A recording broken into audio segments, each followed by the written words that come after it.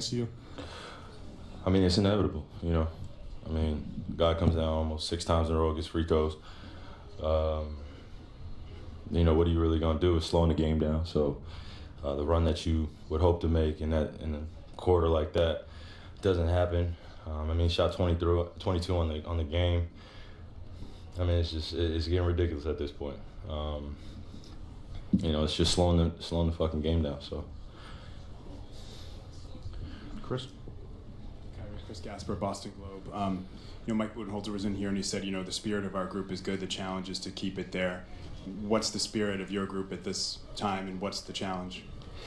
I mean, we have another chance to respond at home. They took care of business. The third quarter is really where they made their mark on the game, and you got to give credit. George Hill was the X factor tonight, having 21 off the bench, going 9 for 12. We just have to do a better job of limiting that. I think that we did a great job starting off the game really well, going into halftime. Obviously ending the half in a fashion that probably wasn't our best, and then coming out in that third quarter giving up 40 points. That's not a characteristic we want to carry over into the next game, and we'll be better. We'll need a little bit more from our bench, a little bit more consistency from me going to the basket, especially as well as at the three-point line. And hopefully we can even out the free throws, not just in the fourth quarter. Mark James, Nesson, WEI. Kyrie, you've been involved in a lot of playoff games, especially NBA Finals. Have you personally been involved where the officiating's been so poor on one side? The refs have a difficult job. We have a difficult job. Obviously, I can sit up here and can complain. We know the disparity in what it is, but I'm not going to put all the emphasis on the refereeing. I think that there are a lot of controllable things on our end that we can be better at. Obviously the officiating is going to be part of it. Hopefully you can, you wish that things can go your way, but they don't. And we have to be able to respond in a better circumstance. We just got to respond better. And I think that we will do that going into game 4. I'm confident in this group. I'm confident in the talent that we have here. And as well as the basketball IQ, we just have to bring it to another level of being in the right spots, and really focusing on where we could take advantage on the defensive miscues. They turn their heads on plays where guys are driving to the basket. They still have the same frantic defense. They've made adjustments, and now we go back and watch film of where, instances in the game where we can control. We just have to do better. Gary? So. Kyrie, Gary Walsh from Boston Globe. One, when you put him in the bonus with 8 minutes left in the third quarter, how does that affect your defense, your mentality, when you know any kind of physical contact is probably going to be a foul? And secondly, how do you guys not lose control like you did in that third quarter, and it seemed like the officiating became the dominant theme? Yeah, like I said, it's difficult, but it's something that we can manage. And when it does happen at that point in the game, we just got to collect ourselves and be ready to move on to the next play. Obviously, we know how many free throws he shot a game. He's a great player in our league. We know how many times he goes to the baskets and get contact. But we also understand how many times we go to the basket and get contact. And it's a playoff game, and guys are playing very aggressive. And when you get into the bonus with 8 minutes left to go in the third, it's definitely a shocker. It'll definitely put something in your mind where you don't want to touch anyone. And they shot free throws. And like I said, in any instance in a game like that, when you go into the bonus early on, it slows the game down. And then they're making runs, they're making threes down the stretch. Then we start pulling in even more on Giannis. We put an emphasis on stopping his drives, and then those other guys get going. And that was the primary thing that happened in the third quarter. As I look at the score, at the box score, I thought that some of the numbers were going to shoot at, spark. They were going to come off the page, and the only thing that comes off the page is that third quarter and 22 free throws. Like I said, there are some things that we obviously can control, but the officiating, we're going to leave them alone next game. We're going to do a better job of walling up, better job of staying straight up, make sure that there aren't any, just eye-catching calls. We're just going to make sure we stay solid. I'm going to make sure I communicate with our guys that, hey, if this is the way we're going to play, we're not going to adjust to them. We're going to make them adjust to us. Hey, Kyrie. This is Jason Chen from Tencent Sports. You guys, the Bucks scored 52 points in the paint. And is this normal? How you guys prepared to guard them like in the paint next game? Well, I'm living with that. I'm living with that. You know, we can manage the game a lot better when we're giving up twos rather than threes. Obviously, game 2 was a completely different shot chart for them. And we'll go back and like I said, I'm gonna keep saying it. We're gonna watch where we can control and manage the game better. But 52 in the paints doesn't shock me. They've done it all season. It's just when those other guys are getting timely threes and then they're throwing it down in the post with Chris Middleton, or they're making threes off our overhelp.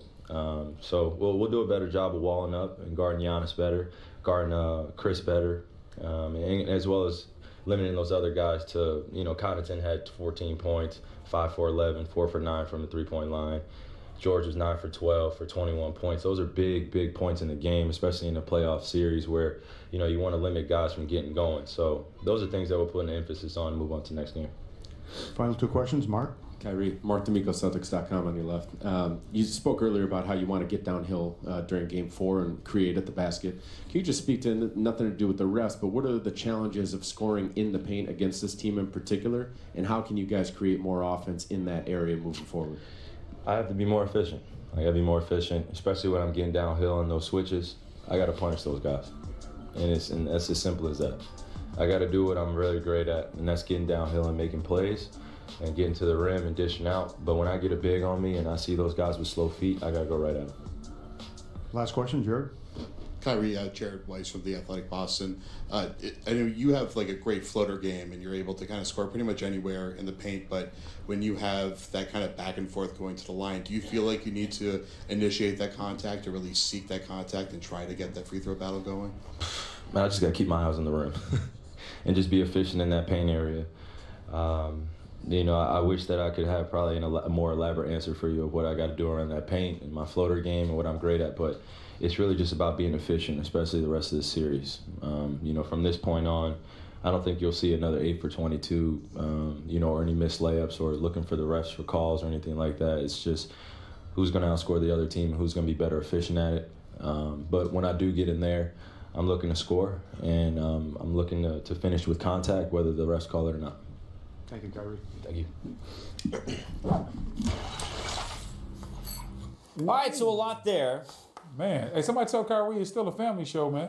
Kids can't be out here dropping the F-bomb on national television. As somebody who mildly might understand the history of this, you want to make sure the mics are clear before you go ahead and make that mistake. You've had that type of mistake before? Don't know what you're talking about. Somebody falsified that in my Wikipedia.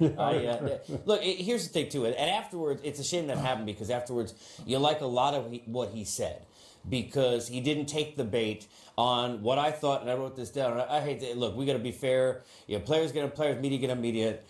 That's a dumb question. You can't sit there and say, considering how disparaging and how terrible the refereeing was. I mean, look, if you're sitting there as a media member, I mean, but Casey, you know how it is. Come on, man. A lot of times, media members, they come in there with agenda. They have their story already written. They just they need you to fill it in for them. If you let them, I'm glad Kyrie didn't let that particular media member bait him into. No, I thought he handled that well in a silly fashion. He handled that well, I thought. But I want to ask about that. When you have Giannis on another team, he's going to get to the line some if he's aggressive, right? You're either going to get out of the way and he's going to score, or you're going to foul him. He had 32 points, 16 were in the paint on his 8 of 12, and 16 were at the line. That's where he scored. He didn't need to take threes in this game. So how do you limit that when a lot of dudes are going to be fouling him, whether it's a real foul or not? So what I heard the frustration being about was an old school way of playing in terms of attacking the paint. Mm-hmm. And when you attack the paint and you constantly are putting pressure, going to the rim, getting to the rim, then guess what? You get to the foul line and you get fouled early. And sometimes you get in the bonus with 8 minutes to go in the game. That used to be a big part of strategy in the game. Getting somebody's player off the floor, getting them 2 fouls, getting to the bonus early, and therefore you can control tempo, you can get to the foul line, you can score from the foul line, and don't necessarily have to depend on your offense to score. That used to be a strategy in the game, in every playoff game that you played in. Today's game is they don't go to the paint. They stand outside. They shoot on the perimeter. And what Giannis, to his credit, has said, I am not going to fall into being baited by everybody telling me I can't shoot the three, so I'm going to keep chucking up the three. He's saying, stop me from getting to the paint. And if you can't stop me, okay, then you're going to foul me and I go to the foul line.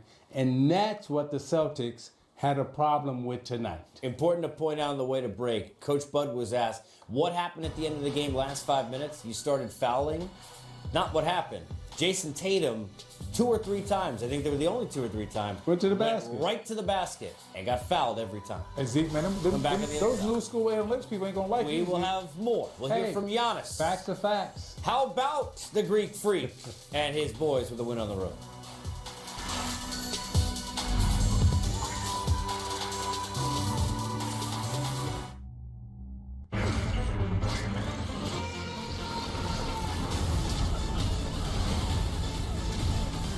Let the new era begin. Rated mature. Yo, check this out.